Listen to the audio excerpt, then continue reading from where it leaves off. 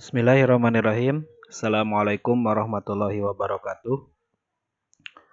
Alhamdulillah kita bisa bertemu lagi ya dalam pembelajaran fisika di semester kedua ini.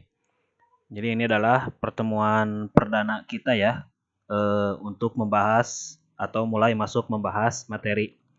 Nah, materi yang akan kita bahas pada pertemuan kali ini yaitu judulnya tentang getaran dan gelombang. Mungkin kalian juga masih ingat ya, dulu di SMP juga pernah belajar tentang getaran dan gelombang. Nah, sambil kita mengingat kembali apa sih yang dimaksud dengan getaran? Dulu di SMP, kalau kalian masih ingat, getaran itu didefinisikan sebagai gerak bolak-balik yang melalui atau melewati titik kesetimbangan. Jadi, definisi yang pertama dari getaran itu geraknya adalah harus gerak bolak-balik. Tapi apakah semua yang bolak-balik itu termasuk ke dalam getaran? Nah, tidak ya. Misalnya di sini ada kalian ya lagi sakit perut, kemudian terus aja bolak-balik dari kamar misalnya ke WC, dari WC udah beres balik lagi ke kamar, dari kamar balik lagi ke WC. Nah, itu kan disebutnya gerak bolak-balik. Tapi itu nanti disebut getaran tidak?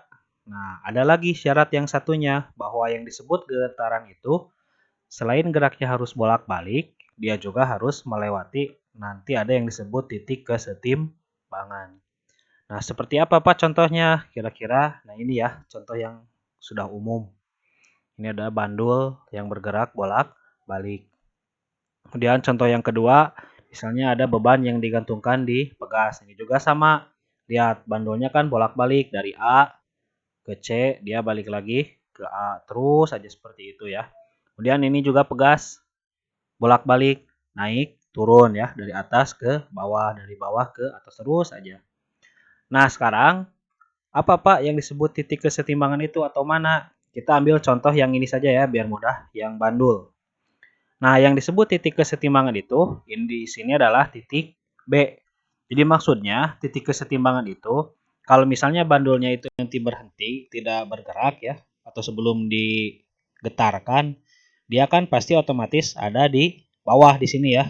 Tidak diberi gaya apa-apa maksudnya. Disimpan aja. Kan nggak mungkin dia miring di sini, tapi dia pasti ada di posisi di bawah di sini. Baru nanti kalau mau digetarkan kita tarik ke atas, ke A atau ke C. Jadi titik kesetimbangan itu adalah titik awalnya ya ketika benda dia belum diberi simpangan atau belum diberi gaya apapun. Nah, titik A dan titik C itu nanti disebut sebagai simpangan tertinggi atau nanti istilahnya adalah amplitudo. Jadi kalau kalian mendengar istilah amplitudo dalam getaran atau gelombang, maksudnya adalah simpangan tertinggi. Lihat bandul. Nah, bandul itu kan bergerak dari A. Nah, titik tertingginya itu adalah di A. Dia tidak bergerak lebih dari titik A, misalnya ke sini. Nah, di sebelah sini juga sama. Titik tertingginya ada di titik C. Maka titik A dan titik C ini itu disebut simpangan tertinggi atau istilahnya adalah amplitudo. Nah, dalam membahas getaran, biasanya juga nanti ada yang disebut dengan satu getaran ya. Oh ya lupa, kalau yang di sini amplitudonya yang mana? Nah, ini yang bagian atas di sini sebelum balik lagi dengan yang bagian paling bawah ya, itu disebut titik tertinggi. Nah, balik lagi ke bandul. Disebut satu getaran itu adalah gerak dari titik A ke B, ke C, ke B, kembali lagi ke titik A. Misal seperti ini ya. Nah, mulai dari sini. Nah, gerak ke C, ke B. Nah, ini adalah satu getaran. Gerak lagi. Berarti ini ada dua getaran. Gerak lagi. Ini ada tiga. Nah, seperti itu. Kalau kalian mulainya dari titik C, sama. Berarti C, B, A, B, kembali lagi ke C. Nah, kalau geraknya hanya dari A sampai ke C, A, B, C, itu nanti disebutnya geraknya setengah getaran. Atau dari C ke B ke A, itu juga sama setengah getaran ya. Jadi ada berapa langkah ya. Kalau satu getaran itu lihat dari A ke B ini 1, 2, 3, 4. Jadi satu getaran itu harus ada 4 langkah ya. Kalau setengah getaran hanya 2 langkah. Nah, nanti ini akan berguna ketika kita membahas gelombang. Jadi nanti ada yang disebut satu getaran satu gelombang. Nah, definisinya nanti seperti ini.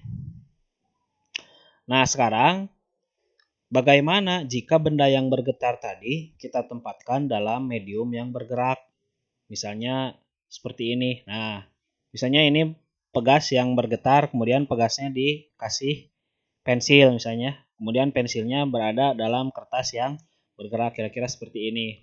Maka nanti pola getarannya itu akan membentuk gambar seperti ini ya. Bukan gambar pola seperti ini. Nah, lihat ini kan bergetar, naik, turun, nah gitu. Misalnya ini adalah kertas yang bergeraknya ya, atau medium yang bergeraknya. Maka nanti getarannya itu akan membentuk pola seperti ini. Atau, nah ini nih, ada pola gambar seperti puncak dan lembah ya, mirip seperti gambar gunung. Atau nanti ada juga keadaannya seperti ini. Nah, pegas ini ya, ada yang berbentuk kerapatan nanti. Nah, ini rapat ya, ada yang berbentuk renggang. Nah, seperti lihat tuh, lihat. Nah, ini kan rapat, ini renggang. Ini rapat, ini renggang. Terus aja. Jadi kalau yang tadi sebelumnya, nah yang ini ada puncak, ada lembah. Nah, kalau yang ini ada rapatan, ada renggangan. Jadi getarannya itu kalau bergerak dia nanti polanya akan seperti ini. Nah, sampai sini dulu ya video yang pertama. Kita akan lanjutkan pada video yang selanjutnya.